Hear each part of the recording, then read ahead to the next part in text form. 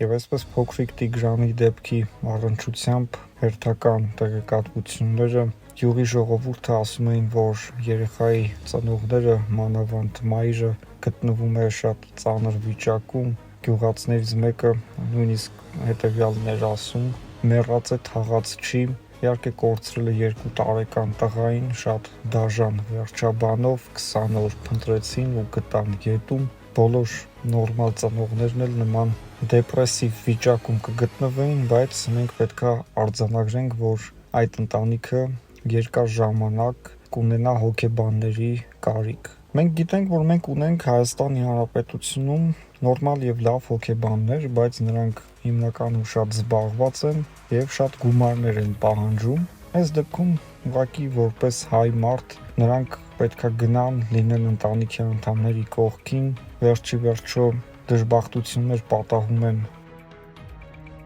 բոլոր մարդկանց հետ, ոչ մի մարդ ապահովագրված չէ դժբախտություններից, բայց միևնույն ժամանակ կարևոր է դժբախտությունները հաղթահարելը եւ դրանից քիչ վնասներով դուրս գալը։ Սա շատ ծանր դեպք է, սա ամբողջ այս ժողովրդի սրտից է այրում կաթում, ելուր մնաց, որ ծնողները թեթև տանեին, իհարկե շատ ծանր է նրանք տանելու այս ողբերգությունը, բայց միևնույն ժամանակ պետքա հայ ազգը շարունակի լինել այս մարդկանց կողքին։ Խոսքը հոգեբանական աջակցության մասին է։ Նաև իհարկե ոչ միայն ընտանիքի անդամներն, այլ նաև գյուղում կան մարդիկ, ովքեր որ եւս շատ ծանր են տարել, մտերիմներ են, նրանց հետ պետքա տարվեն զրույցներ, որպեսզի գյուղի ժողովուրդը, բարեկամները կարողանան հասկանան, թե ինչ խոսեն ծնողների հետ, պապիկի հետ, ընտանիքի անդամների հետ եւ ինչպես օգնեն, որ նրանք ավելի արագ կարողանան այս դժբախտությունը հաղթահարեն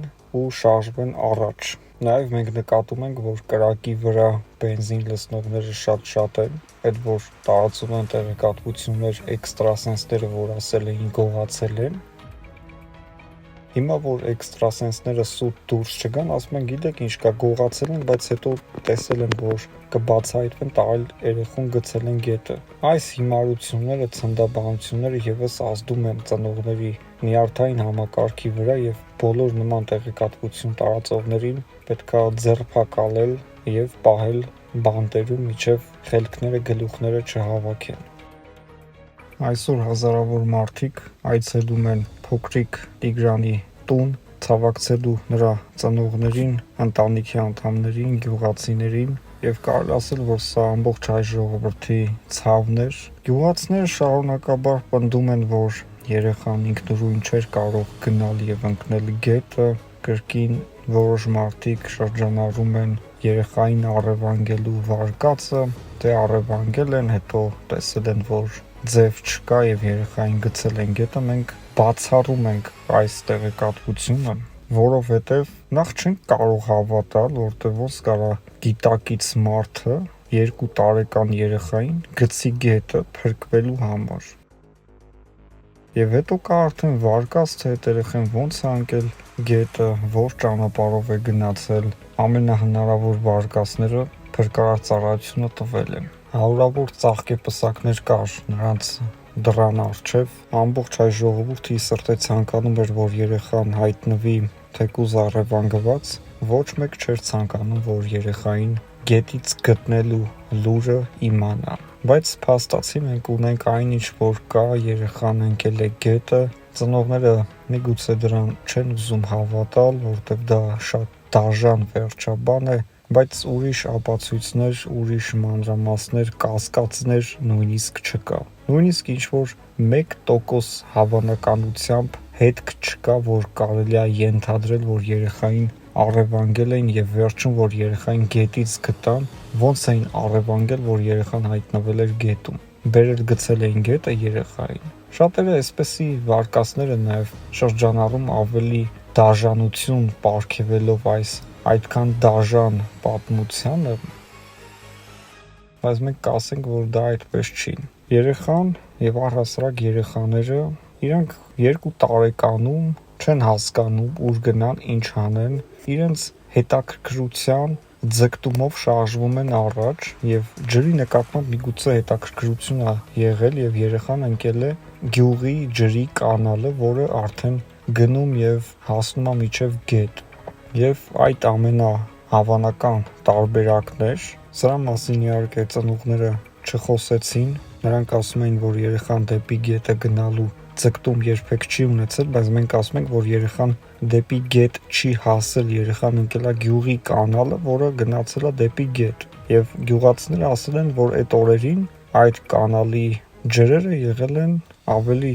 վարար եւ ավելի շատ։ Արդեն գետից որ գտան, գետը ընկնելու փաստը չի կարող հերքվել։ Այն հանգամանքները, թե ոնց ընկավ եւ այլն արդեն անիմաստ են, բայց եւ նաեւ տարածել տեղեկատվություններ, որ գողացել են, հետո գցել գետը, դա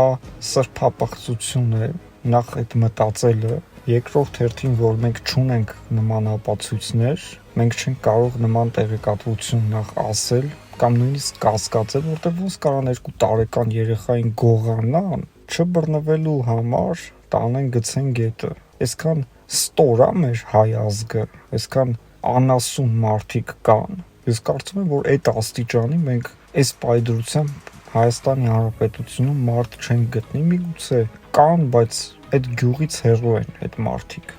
Եվ այսպես ամբողջ իրականությունը, թե երեխան որտեղից որտեղ է հասել, երեխան ընկել է ջրի կանալը, որը ոռոգման ջրի համար էր, ոնց որ հասկացանք, օգտագործվում, որը գնում եւ հասնում էր միջև գետ։ Այդ կանալը անցնում էր իրանց տան մոտով, որտեղ որ երեխան խաղացել է, երեխան ընկնելով այդտեղ չէր կարող միայնակ այդտեղից դուրս գալ եւ հետեւաբար միջև վերջ ընկել եւ գնացել է դեպի գետը եւ վերջում ընկել գետը։ Իսկ ինչի երեխան այդտեղ ընկնելուց հետո ձայն չի հանել, միգուցե ջուր է կուլ տվել, որովհետև այդտեղ եւս եղել է ջուր եւ որովհետև այդտեղ այդ օրերին եւս վարար ջուր է անցել եւ երեխային կարող էր նույնիսկ միանգամից տանել եւ գցել գետը։ Սա է եղել երեխայի ամենահավանական գետը ընկնելու պատմությունը։ Ցավալի, ողբերգական, ամբողջ հայ ազգին սա ցավ պատճառեց,